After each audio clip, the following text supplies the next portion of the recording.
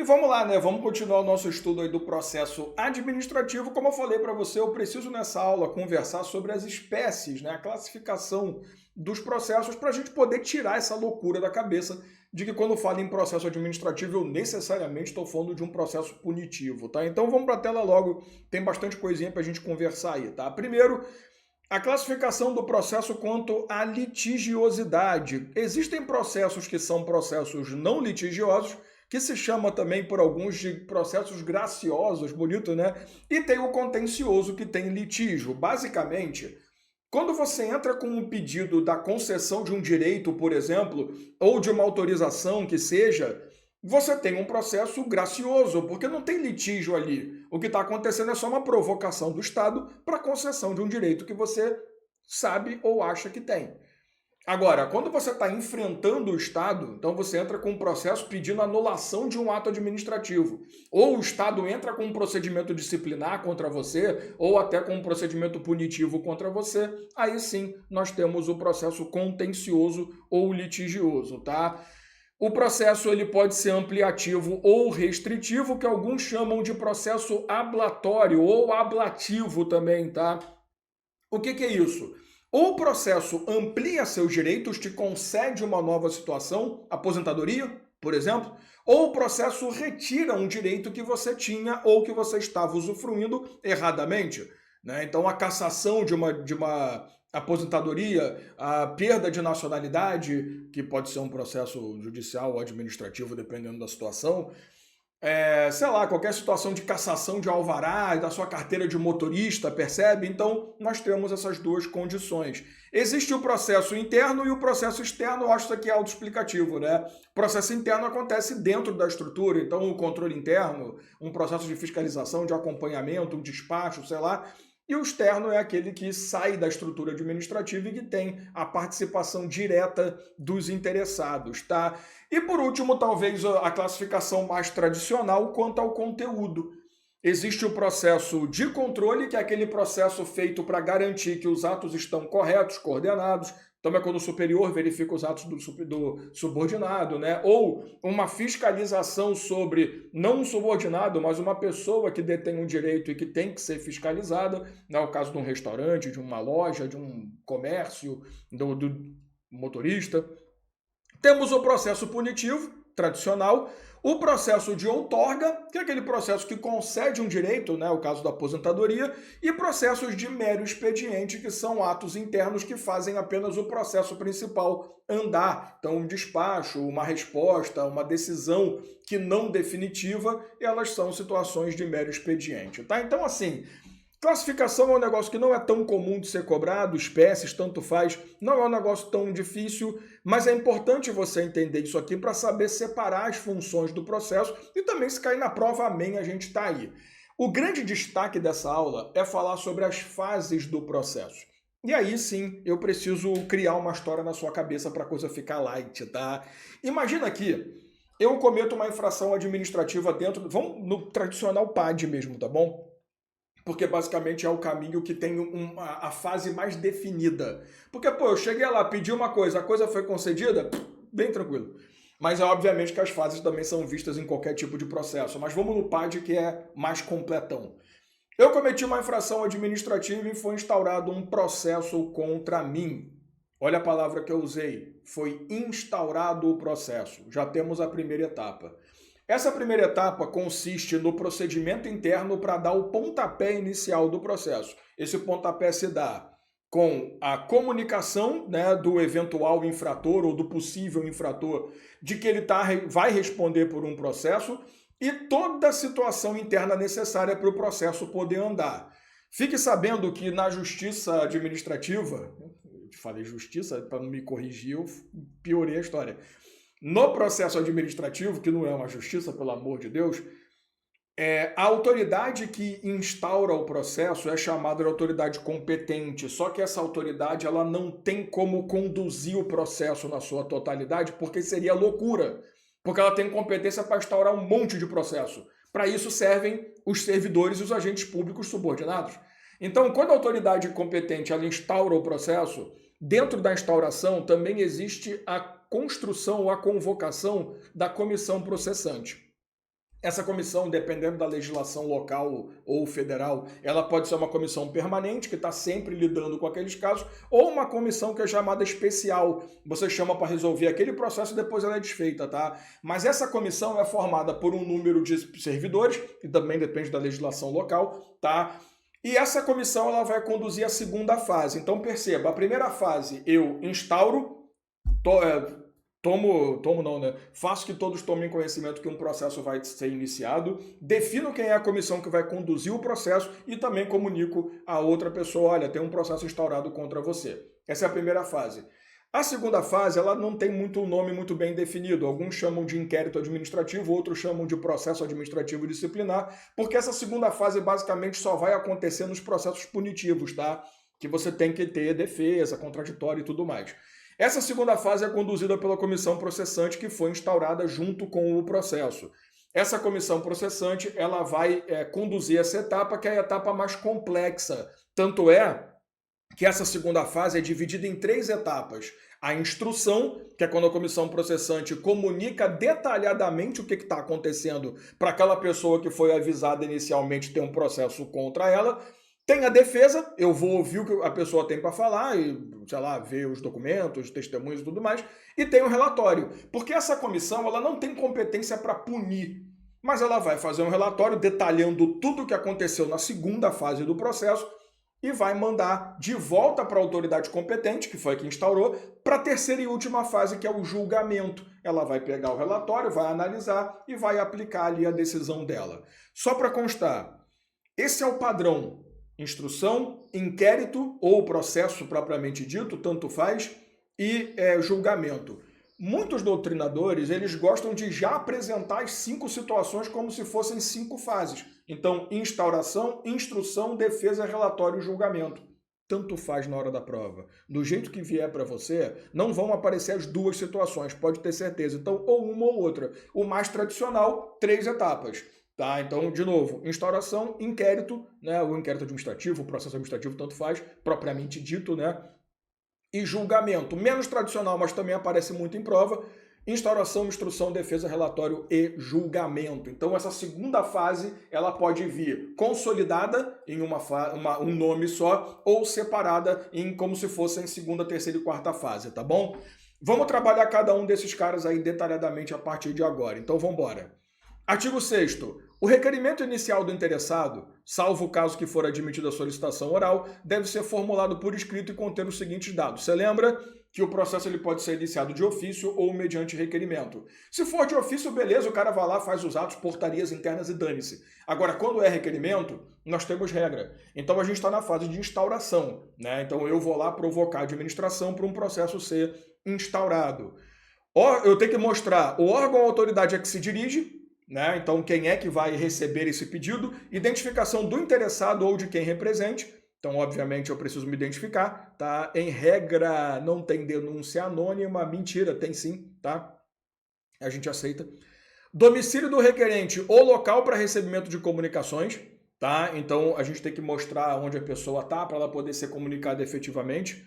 Formulação do pedido com exposição dos fatos e fundamentos, porque eu não posso simplesmente chegar lá e falar assim, eu acho, hein? Eu tenho que ter alguma coisa, mesmo que seja indício, tá?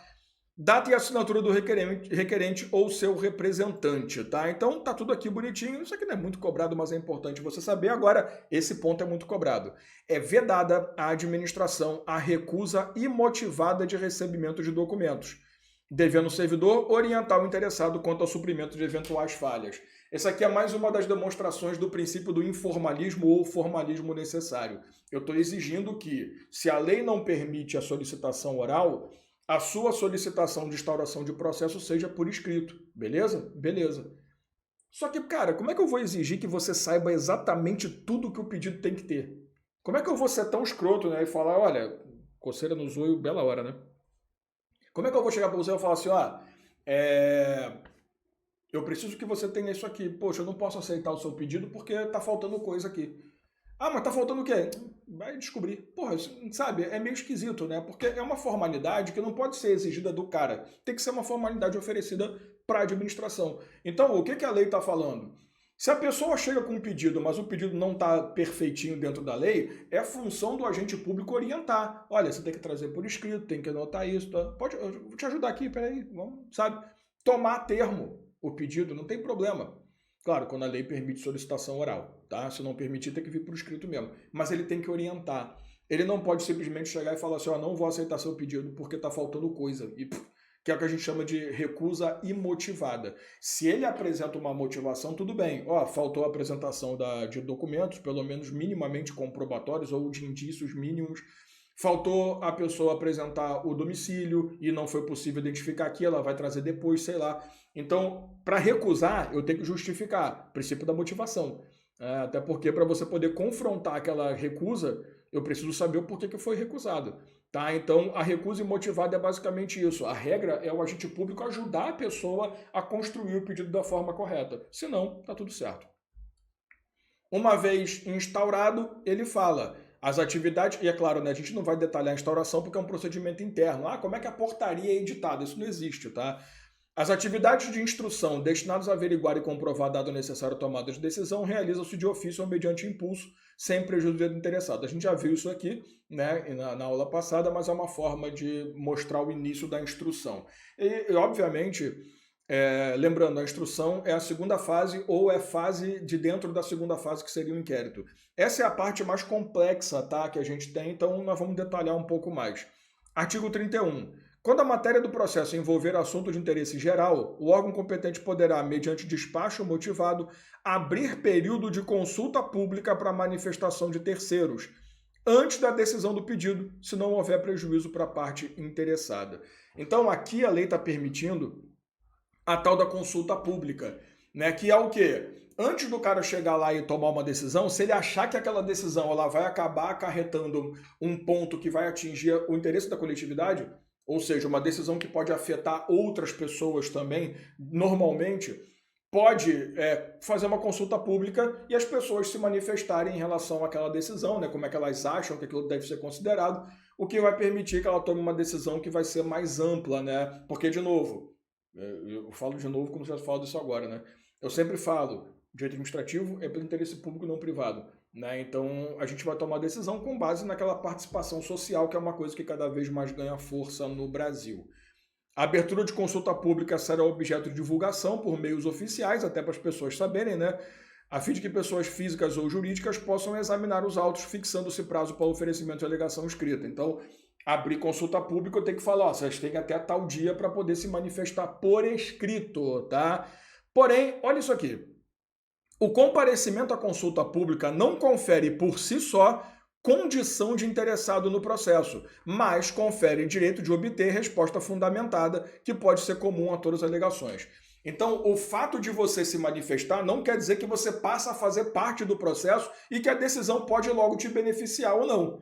Você está apenas se manifestando, se preparando para o futuro, para alguma solicitação, algum processo que entre na mesma seara e que seja nesse momento do seu interesse. Tá? Então, a sua participação na consulta pública é meramente uma participação social, uma participação popular. Porém, se por acaso, e aí é que ele fala no finalzinho, você se manifestou e a administração ignorou sua manifestação ou ela concordou, mas né, meio que dispensou algumas coisas, você tem todo o direito de exigir conhecimento do que aconteceu com a sua manifestação. Então, uma coisa é que você não vira interessado, mas você passa a ter o direito de receber uma resposta quanto à sua manifestação. E ele até fala, ó, essa resposta pode ser inclusive uma resposta genérica, entre aspas, tá? Porque ela pode ser uma resposta única para várias manifestações que estão indo na mesma seara. Mal comparando, pelo amor de Deus, que não tem nada a ver, mas tem a ver, é quando você entra com recurso contra uma questão de prova. Né, você está se manifestando, porque isso aqui não é uma consulta pública, pelo amor de Deus. O cara não está lá, antes de saber o que vocês acham. Bom, não deixa de ser, né? Mas não é, pela técnica do concurso público. Você vai lá e se manifesta e fala, para mim, isso aqui não é, isso aqui é. E depois vem uma resposta. Às vezes vem uma resposta só. Pelas manifestações de anulação de questão, a gente diz que não, porque vocês são os idiotas. E pronto. Porque a manifestação, normalmente a resposta da banca é mal educada, né? Nem tanto, tá? Mas interessante esse ponto, a consulta pública permite que você se manifeste, que você dê uma opinião sobre como que aquilo deve ser resolvido, como que deve ser conduzido, mas não te coloca como interessado. tá? Porém, antes de tomada a decisão, a juízo da autoridade, diante da relevância da questão, pode ser realizada uma audiência pública para debate. Opa, não é a mesma coisa? Não. Na consulta pública, a gente expõe a situação, você vem e se manifesta sobre aquilo e acabou. Na audiência pública, a gente vai levantar a questão e vamos debater. Então, as pessoas vão poder se manifestar de uma forma mais ampla. Então, a autoridade ela tem dois caminhos de... Gente, eu não estou falando que isso vai acontecer em todo o processo, tá? Isso aqui normalmente acontece em processos mais administrativos, que vão atender, sei lá, uma questão de movimentação da rua. Ah, pô, vamos mexer na velocidade máxima aqui, vamos mudar o trânsito. Às vezes pode solicitar que o pessoal participe. Na consulta pública, você se manifesta sobre a situação, tem uma resposta e acabou. Na audiência pública existe um debate. É muito comum na área ambiental, né? Quando vai fazer, vamos autorizar uma obra aqui, poxa, tem que ver os impactos, tal. Vamos fazer uma audiência pública para o pessoal poder se manifestar, se concorda que construa uma balada aqui do lado, numa região tão tranquila, que brasileiro adora uma porra de um barulho, né? Mas tudo bem. Então essa é a lógica da diferença entre os dois, tá? Artigo 37, quando o interessado declarar que fatos e dados estão registrados em documentos existentes na própria administração responsável pelo processo ou em outro órgão, o órgão competente para a instrução poderá de ofício, proverá, de ofício, obtenção de documentos ou cópias. Porque às vezes pode ser um impeditivo, né? Quando você vai propor ali o processo, né? Quando você vai pedir para ser instaurado, o agente público fala, eu preciso de documentos que demonstrem um indício de alguma coisa. Aí você fala, poxa, mas os documentos estão com vocês. Ou estão com outro órgão. Eu não tenho como forçar. Faz aí. Aí a autoridade pode, olha, eu preciso que você envie esses documentos e vai ter que ser atendido o pedido, claro, tá? Quando dados, atuações ou documentos solicitados ao interessado forem necessários à apreciação de pedido ao interessado, aqui é diferente. O não atendimento no prazo fixado pela administração para a respectiva apresentação implicará arquivamento do processo. Não confunda isso aqui. Vamos lá. Lembra da história que se o cara renunciar ou se ele desistir total ou parcialmente do processo, o processo vai continuar se a administração perceber que há interesse público? Perfeito. Aqui está falando de outra coisa. Aqui está falando de um interessado que tem um processo instaurado e que aí a gente pede para ele, olha, então traz o documento tal. O prazo passa, ele não traz. Aquele documento é essencial para o processo andar. Tenha vontade ou não da administração, o processo não anda sem aquela informação. E a pessoa interessada não trouxe. O que a gente vai fazer? Arquivar o processo. Arquivar o processo significa que pode ser desarquivado a qualquer momento, desde que um novo procedimento ou o documento seja apresentado. Então não confunda, tá? O fato de uma solicitação de alguma coisa, uma atuação, não é um documento, mas que ele venha movimentar o processo e o interessado não faz nada, gera arquivamento. A gente falou que não existe revelia, ou seja, não vamos considerar, exemplo, eu estou sendo acusado de abandono de cargo, eu não me defendi, opa, então o cara abandonou o cargo, né? Ele reconheceu, não existe revelia. Agora, se eu estou dizendo, não abandonei, eles falam, então apresenta o documento, eu não apresento no prazo, eles podem conduzir, porque nesse caso de não apresentado no prazo, existem outros documentos que já comprovam que eu abandonei o cargo, ou eles podem simplesmente arquivar se acharem que aquele documento é essencial. O que ele está falando aqui é a situação que aquele documento é o único, ou aquela atuação é essencial para o processo andar. Tá? Então, me acusaram de abandono de cargo. Tá, apresenta os documentos mostrando que ele realmente faltou sem justificativa nesses mais de 30 dias. A autoridade não apresenta. O processo tem que ser arquivado. Mas é de interesse público verificar se ele realmente abandonou. Tá, mas quem acusou tem que apresentar documentos mínimos, senão o processo não anda. Você está entendendo a diferença? Então a gente tem que entender documentos essenciais e documentos importantes. Tem uma diferença muito grande entre uma coisa e outra. Tá? Então, na hora da prova é muito fácil. Se ele fala que é uma atuação, um documento ou uma manifestação do interessado que não acontece no prazo, arquiva o processo. Porque ele está te mostrando que é algo importante. Agora, se ele fala que o cara renunciou, desistiu, quer largar, aí sim, o processo pode ser continuado, ou que ele não se manifestou, o processo pode ser continuado porque não existe revelia, tá bom? Os interessados serão intimados de prova ou diligência ordenada com antecedência mínima de 3 dias úteis. Então, do momento em que a gente comunica, olha, eu preciso que você leve um documento ou que você faça uma diligência que foi determinada para você, Eu vou te dizer exatamente qual é o momento. Esse momento tem que ser no mínimo daqui a 3 dias úteis. Tá? Então, por isso que ele fala antecedência mínima de 3 dias úteis. Da intimação, né, da prova ou diligência até a realização do ato tem que ter no mínimo 3 dias úteis de distância. Lembrando que esses prazos aqui são prazos gerais, apesar de ser uma lei federal. Então, se tiver lei local com prazo diferente, beleza. Se não tiver, aplica esse aqui. Esse 42 é uma das coisas mais cobradas também, tá? Quando deva ser obrigatoriamente ouvido um órgão consultivo, o parecer deverá ser emitido no prazo máximo de 15 dias. Aqui não são úteis, são corridos. Direito administrativo, se está útil é útil, se não está é corrido. Não tem essa frescura não, tá? Salvo norma especial ou comprovada a necessidade de maior prazo. Por que isso aqui é muito cobrado? Não pelo prazo em si, que sim, né, 15 dias, mas pelo parecer que vai ser apresentado. Porque o órgão que tem que dar um parecer, que tem que dar uma opinião, um órgão jurídico, sei lá, algo de contabilidade, ele pode fazer um parecer obrigatório e vinculante, ou ele pode fazer um parecer obrigatório e não vinculante. Se esse parecer for obrigatório e vinculante, significa que o processo está vinculado ao parecer, enquanto ele não for proferido, o processo não anda. Então, ó, se um parecer obrigatório deixar de ser emitido no prazo fixado, o processo não terá seguimento, responsabilizando o cara que deu causa ao atraso. Agora, se o parecer é obrigatório, mas não vincula, então eu não preciso dele para tomar decisão, ou melhor, eu tenho como tomar decisão sem ele. Ficou melhor, né? Porque ele estando lá vai me ajudar. Não estando, mesmo assim eu consigo tomar decisão, então o parecer não vincula, o processo pode ter prosseguimento e pode ser, inclusive, decidido com sua dispensa. Tá? O cara pode falar, não, tudo bem, é um parecer que não é vinculante, então a gente consegue decidir sem isso. Ah, como é que eu vou saber? Não precisa, a legislação é que vai definir isso.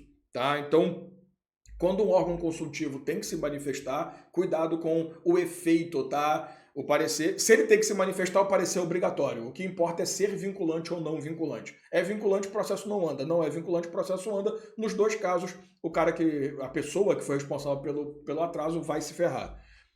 E, encerrada a instrução, o interessado terá direito de manifestar-se no prazo máximo de 10 dias. Instrução, nós temos a defesa.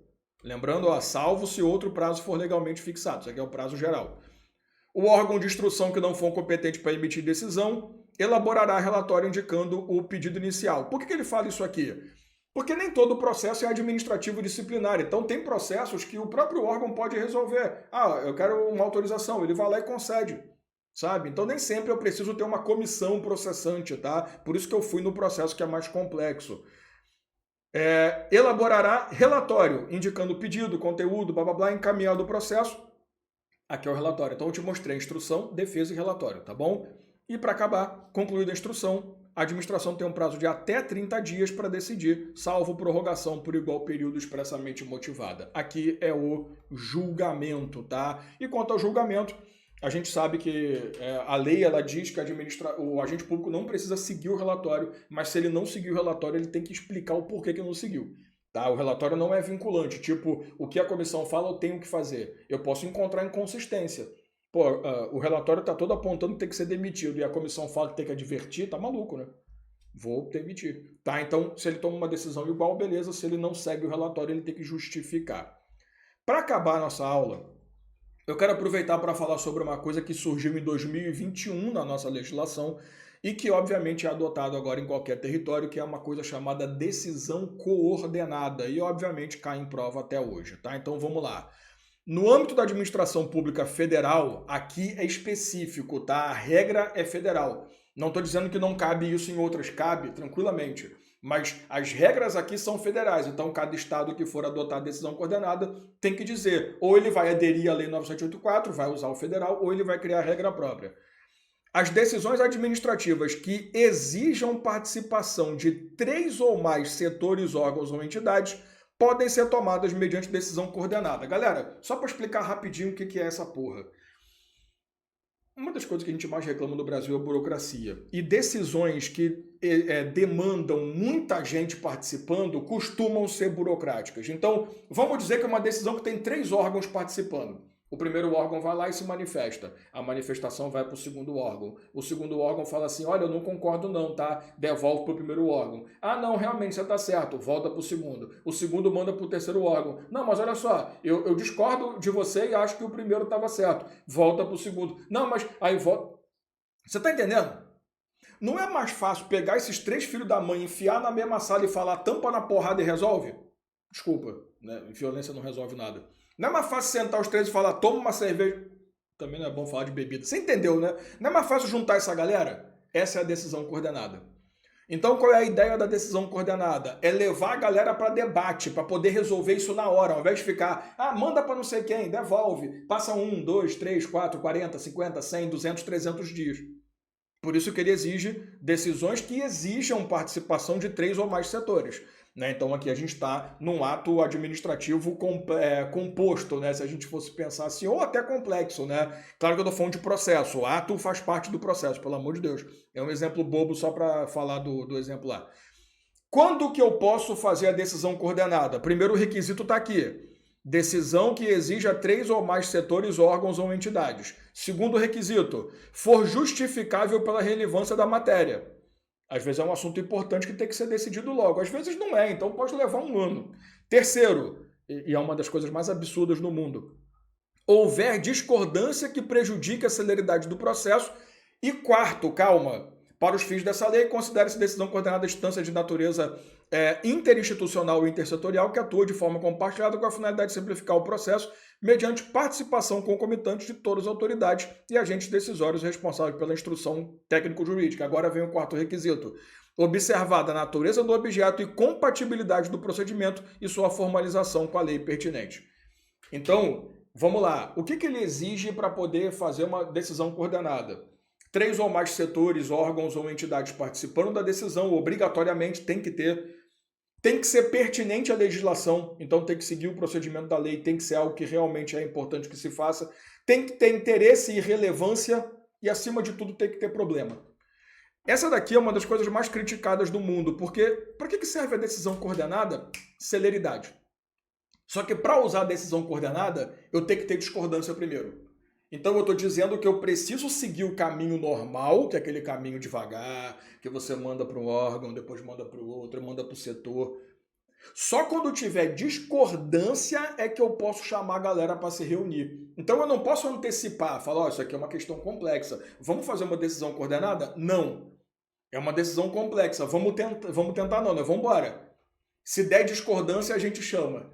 Então, desde que a lei de 2021 surgiu trazendo isso daqui, uma das maiores críticas recai sobre isso, mas isso nunca mudou. Então, toma cuidado. Eu não posso adotar a decisão coordenada automaticamente. Eu preciso ter discordância e essa discordância tem que ser suficiente para mostrar que o processo vai demorar. Aí a gente convoca a decisão coordenada, tá? Faz parte, né? A decisão não exclui responsabilidade originária de cada órgão. Então não é porque a decisão é tomada em conjunto que os órgãos vão... não, a gente decidiu em conjunto. Eu não sou responsável por nada. Não. Tanto é que, olha o que ele vai trazer aqui pra gente. Eu acho que nem vai ser aqui, tá? Mas tanto é importante que quando uma das pessoas da decisão coordenada se manifesta contrária, ela não pode simplesmente falar assim, eu não concordo. Ela tem que trazer uma solução para a mesa. Discordar por discordar não existe. É o tradicional, eu desconcordo. Eu desconcordo. Por quê? Porque sim, desconcordar é você discordar sem ter motivo sem ter justificativa. Né? Então, tanto é importante continuar lembrando que a decisão de cada um é essencial, que quando discorda tem que manifestar uma solução, não basta apenas discordar. E se por acaso, vamos dizer que são 3, a decisão foi tomada por 2-1, esse que não concordou com a decisão inicial, ele vai se manifestar na ata dizendo, eu não concordei, porque eu não posso esquecer que a obrigatoriedade originária de cada um é mantida. Então quem discorda tem que justificar, apresentar uma solução, e se no final perder, tem que constar que perdeu e que votou contrário. A decisão coordenada obedecerá a princípios de legalidade, eficiência e transparência, com utilização sempre que necessário da simplificação de procedimento e concentração de instâncias decisórias. Lógico, né? Se eu quero atingir celeridade, eu preciso simplificar e eu preciso juntar a galera para tampar na briga. Cai bastante em prova, não se aplica a decisão coordenada quando for licitação, não tem lógica. Relacionados a poder sancionador, então se for poder de multar, aplicar uma punição, cassar um direito, não pode tomar por decisão coordenada. E que estejam envolvidos autoridades de poderes distintos. Isso aqui é legal, tá? Então, se eu preciso da manifestação de um órgão do judiciário e de um órgão do executivo, além de um órgão do legislativo, ou de 3 do executivo e 1 do legislativo, sei lá, eu não posso tomar decisão coordenada. Tem que ser interinstitucional ou intersetorial dentro do mesmo poder. Tá bom? Então, situações que não permitem. Isso aqui é bem tranquilo, é bem legal, um assunto bem importante, mas pronto. Fechamos a parte de processo, pelo menos nessa parte aí de teoria e contexto geral, tá bom? A gente se vê então na próxima aula.